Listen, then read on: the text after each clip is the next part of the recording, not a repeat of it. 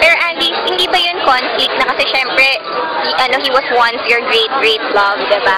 Na kahit ngayon, kapag nakikita mo pa rin siya, hindi kaya parang may maungkat na pagmamahal? Kapag po magkasama kami, medyo weird. Pero at the same time, we both loved each other so much. We're each other's greatest love. And also wrong each other's that maybe we're just not meant to be. I don't know about the future.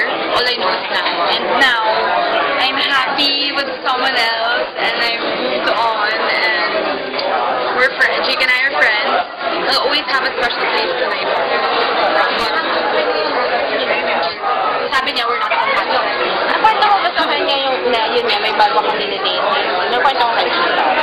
Supportado ka naman. Sabi niya, do as long as it makes me happy.